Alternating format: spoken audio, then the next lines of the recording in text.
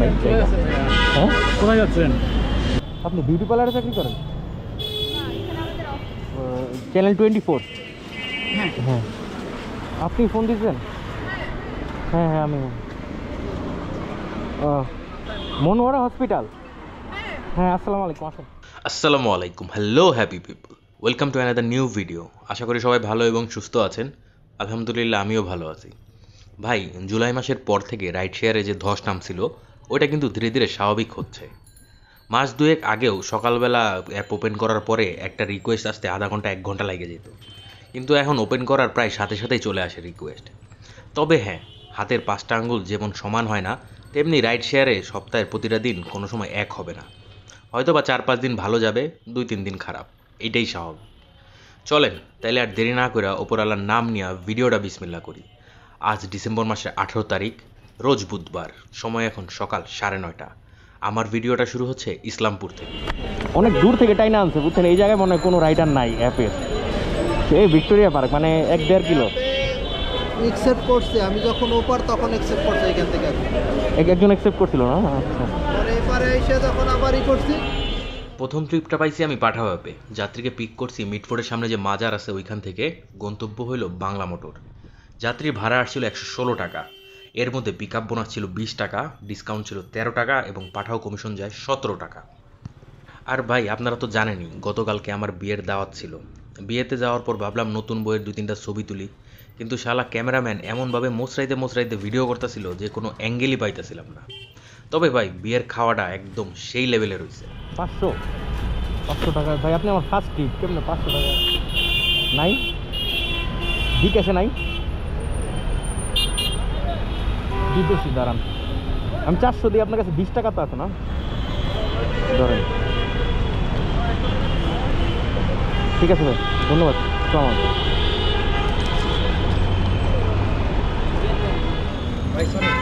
হ্যাঁ, ওকে।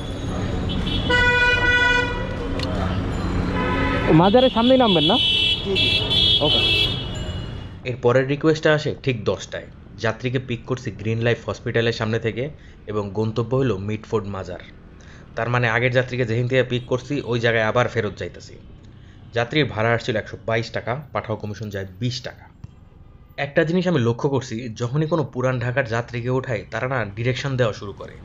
মানে এমনি না অমনে যান, এই গলি দিয়া না অন্য গলি দিয়া যান। তারা ভাবে যে রাইডার হয়তো বা নতুন ঢাকা শহর বা পুরান ঢাকাটা ভালো মতো চিনে না। তবে এটা সত্যি কথা ভাই, পুরান ঢাকা অনেকেই ভালো মতো চিনে না, অলিগলি তো দিয়া ভরা। কিন্তু ভাই আমি তো চিনি, তারপরেও চুপচাপ থাকি। তারা যেমনে যাইতে বলে অমনেই যাই। শুধু নামানোর আগে যাত্রীকে বলি যে ভাই আমার বাসা তো এই জায়গায়। এইটা শোনার পর যাত্রীর মুখে যে এক্সপ্রেশনটা আসে না, ওইটা দেখার মজাই আলাদা। থ্যাংক ইউ, ধন্যবাদ। আসসালামু আলাইকুম।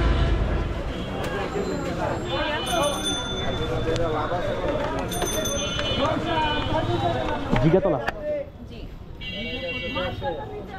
আগের যাত্রীকে নামানোর পর ওইখানেই দাঁড়াইছিলাম 10 মিনিটের মতো।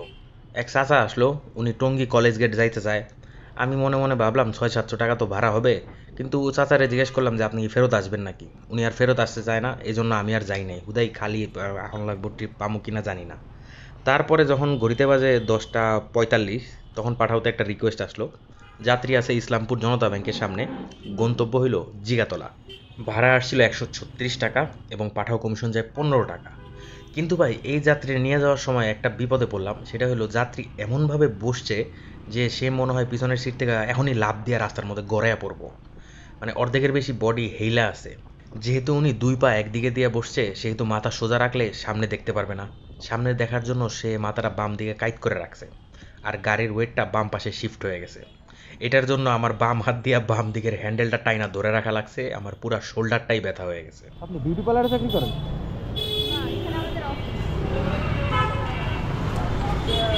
ওকে।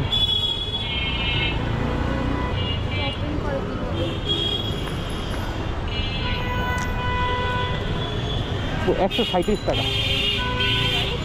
137।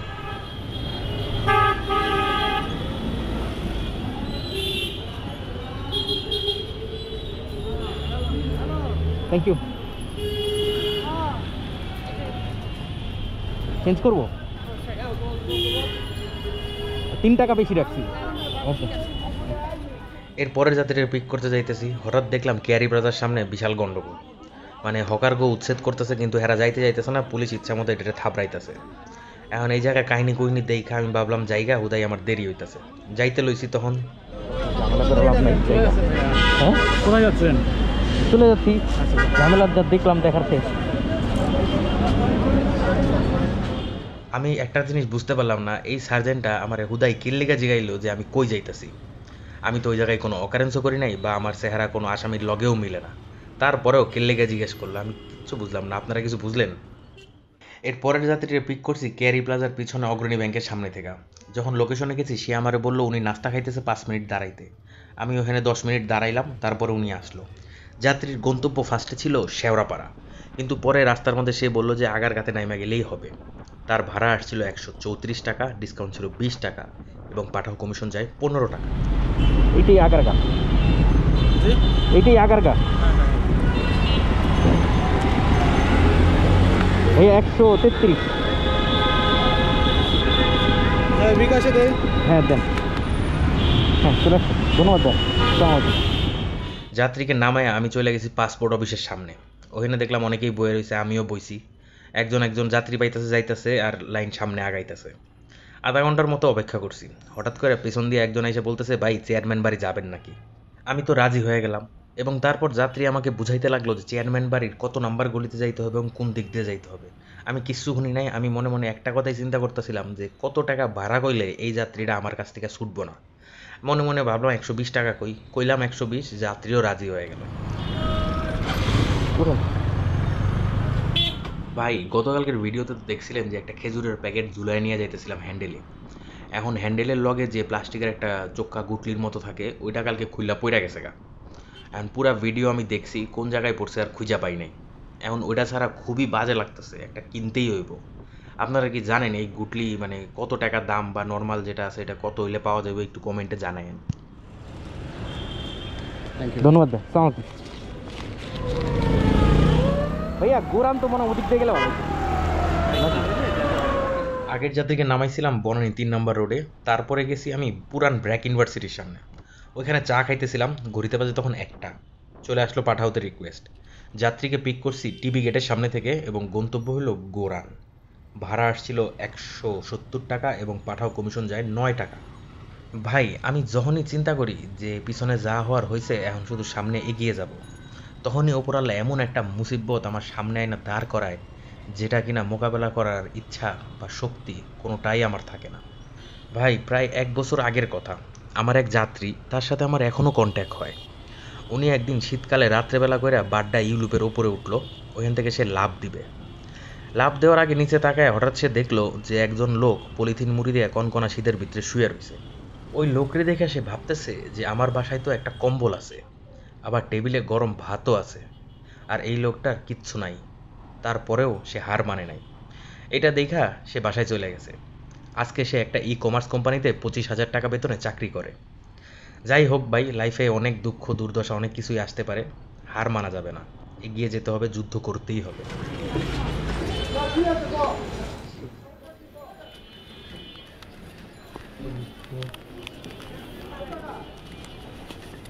ধরেন 300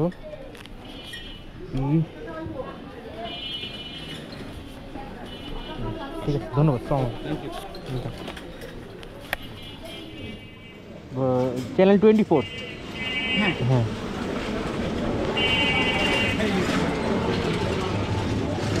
আপনার কি কোনো প্রবলেম আছে? আমি ব্লগ করি।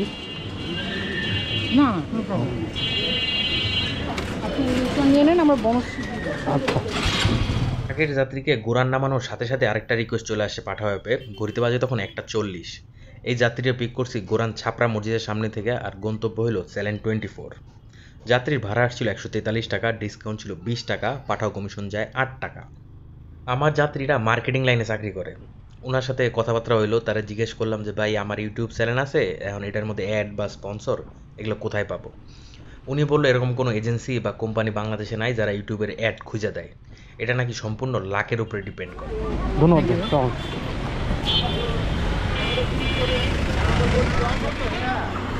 আপনি ফোন দিয়েছেন? হ্যাঁ হ্যাঁ আমি মনোয়ারা হসপিটাল। হ্যাঁ, আসসালামু আলাইকুম, আসেন।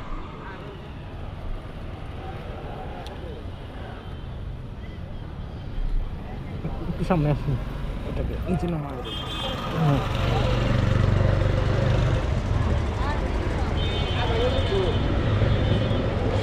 জি, যাবো। হ্যাঁ। ওকে। এর পরের যাত্রীকে পিক করছি সমরিতার সামনে থেকে। গন্তব্য হইল মনোয়ারা হসপিটাল। উনি ভাড়া অফার করছিল 72, আমি তারে বিট করছি 80 টাকা। ভাই দূরত্ব মাত্র 3 কিলোমিটার, 80 টাকা ভাড়া ঠিকই আছে, কিন্তু কথা হইলো আরেকটা, উনি একদিকে 2 পা দিয়ে বসছে এবং ওজন সব একদিকে ডাইভার্ট হয়ে গেছে। আমার বাম হাতের আজকে 12টা বাজে দেবো ভাই।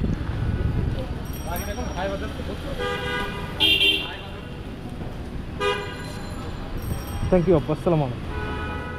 ভাই এই জিনিসটা কে লেগে লাগাইছে, এটার কাম কি বা এটার নামই বা কি কেউ কি জানেন? আমি ঢাকা শহরের অনেক জায়গায় দেখছি এটি লাগাই থুয়ে দিছে। এখানে খোঁজা দিলে পুরা মনে হয় ভিতরে ঢুকে যাইব। এটি কি মানুষের চেহারা দেওয়ার লিগা লাগাইছে, না এটির কোনো স্পেশাল কারণ আছে? আপনারা কি জানেন কি না তাহলে অবশ্যই কমেন্টে আমার জানাইবেন। সরকার জি জি। ভাইয়া যাবেন হলো নতুন বাজার না? নতুন বাজার, নতুন বাজার, বুঝে নাই নতুন বাজার, নতুন বাজার বাড়িধারা। হ্যাঁ, চলো। এই যাত্রী ঢাকায় পুরাই নতুন। এর আগে ওনার পোস্টিং ছিল কুমিল্লাতে এবং 5 তারিখের আন্দোলনে ওনার একটা মোটরসাইকেল ছিল, ওটাও পুরাই দিছে। 2 দিন আগে ঢাকাতে আসছে এবং ওনারে পিক করছি আমি ডিবি অফিসের সামনে থেকে। গন্তব্য হলো বাড়িধারা জে ব্লক। ভাড়া আসছিল 198 টাকা, পাঠাও কমিশন যায় 2 টাকা। 200 টাকা। 200। ঠিক আছে ভাইয়া, ধন্যবাদ, আবার দেখা হবে আশা করি। ওকে, আসসালামু আলাইকুম। Agargaon metro rail station, NBR office. আচ্ছা আচ্ছা, চলে। ওই তো ভিতরে যে হাতের ডান দিকে যাবো গুলশান দিয়ে। সেটাতে গেলে সবচেয়ে হ্যাঁ, ও হ্যাঁ, ভুলে গেছিলাম স্ট্যান্ড উঠানোর কথা। যেটাতে গেলে একটু দ্রুত যাওয়া যাবে। এদিক দিয়ে তো জ্যাম ভাই, গুলশান দিয়ে তাড়াতাড়ি। আচ্ছা চলো। বনানী শেরাটন পর্যন্ত একটু জাম পাইছি, তারপর কাগলি থেকে যে একটা টান দিছি, ওই টান যায় শেষ হয়েছে একবারে আগারগাতে। এই যাত্রীকে আমি পিক করছি বাড়িধারা জে ব্লক থেকে এবং গন্তব্য হইল আগারগা। ভাই গড়িতে বাজে 3:30। এই সময় কিভাবে ভাই এত ফাঁকা থাকে আমি এটা বুঝলাম না। এই ট্রিপটার দূরত্ব ছিল 12 কিলোমিটার, আমাদের সময় লাগছিল মাত্র 23 মিনিট এবং ভাড়া আসছিল 203 টাকা, ডিসকাউন্ট ছিল 20 টাকা, পাঠাও কমিশন যায় 3 টাকা। আর এই টানটা দিয়ে আমি বুঝতে পারলাম আমার মোটরসাইকেলের স্মুথনেস অনেকখানি কমে গেছে। বিভিন্ন জায়গা থেকে বিভিন্ন ধরনের সাউন্ড বাইর হইতেছিল। যাই হোক, কালকে সার্ভিস দিতে হইব। লাস্ট সার্ভিস দিয়েছিলাম প্রায় 1.5 মাস আগে। বংশাল যাব কালকে, মিটার কেবল কিনতে হইব, হ্যান্ডেলের গুটলি কিনতে হইব, আর হরেন 1টা বাজে। যদি নষ্ট হয়ে থাকে তাহলে আরেকটা হরেনও কিনতে হইব কালকে। 10 টাকা। ধন্যবাদ ভাই, আসসালামু আলাইকুম।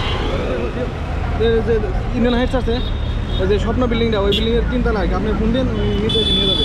ঠিক আছে, আর বিল কতটা? 90 টাকা আসে, 100 টাকা দিবে আপনাকে। হ্যাঁ, আচ্ছা আচ্ছা। এখানে আপনার মানে 20 টাকা ডিসকাউন্ট আছে।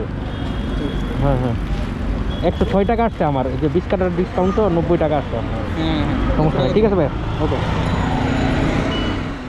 এরপরের রিকোয়েস্টটা পাইছি 3:57 লোকেশনে যাওয়ার পর যাত্রী বলতেছে একটা কাগজ নিয়ে যাইতে হইব এবং ওইটা ডেলিভারি করতে হইব স্কোয়ার হসপিটালের সামনে। সে আমার একটা নাম্বার দিয়ে দিল। নাম্বারটা আমি মোবাইলে উঠায় একবার ডায়ালও করে রাখলাম, কিন্তু যখন আমি লোকেশনে যেয়ে পৌঁছাইলাম ওই যে সময় যায় দেখি আর নাম্বারটা নাই।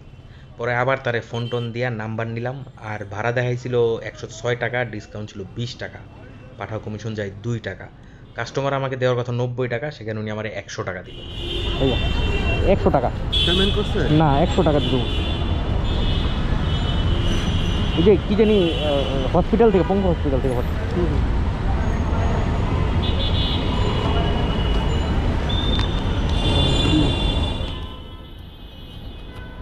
Thank you. আগের ট্রিপটা শেষ করে আমি পাঠাওতে ডেস্টিনেশন সেট করছি আমার বাসার দিকে, তারপর রওনা দিয়ে দিছি, কিন্তু কোনো ট্রিপই পাই নাই। আস্তে আস্তে বাসায় চলে গেছি। যাওয়ার পথে দেখলাম যে দোয়েল চত্বর আছে, ওইখানে কোনো গাড়ি ঘোড়া ঢুকতে দিতেছে না। তার মানে সন্ধ্যার পর থেকে টিএসসিতে কেউ ঢুকতে পারবে না, কিন্তু বাইর হতে পারবে। তাইলে আসেন হিসাবটা সেরে ফেলি। আজকে আমি বেরোইছিলাম ঠিক 9:30 এবং বাসায় ফিরছি 5টায়। পাঠাওতে 9টা ট্রিপ দিছি এবং ইনকাম করছি 1265 টাকা, এবং ইনড্রাইভে দিছি একটা 80 টাকা আর একটা খ্যাপ মারছিলাম 120। টোটাল দাঁড়ালো 1465।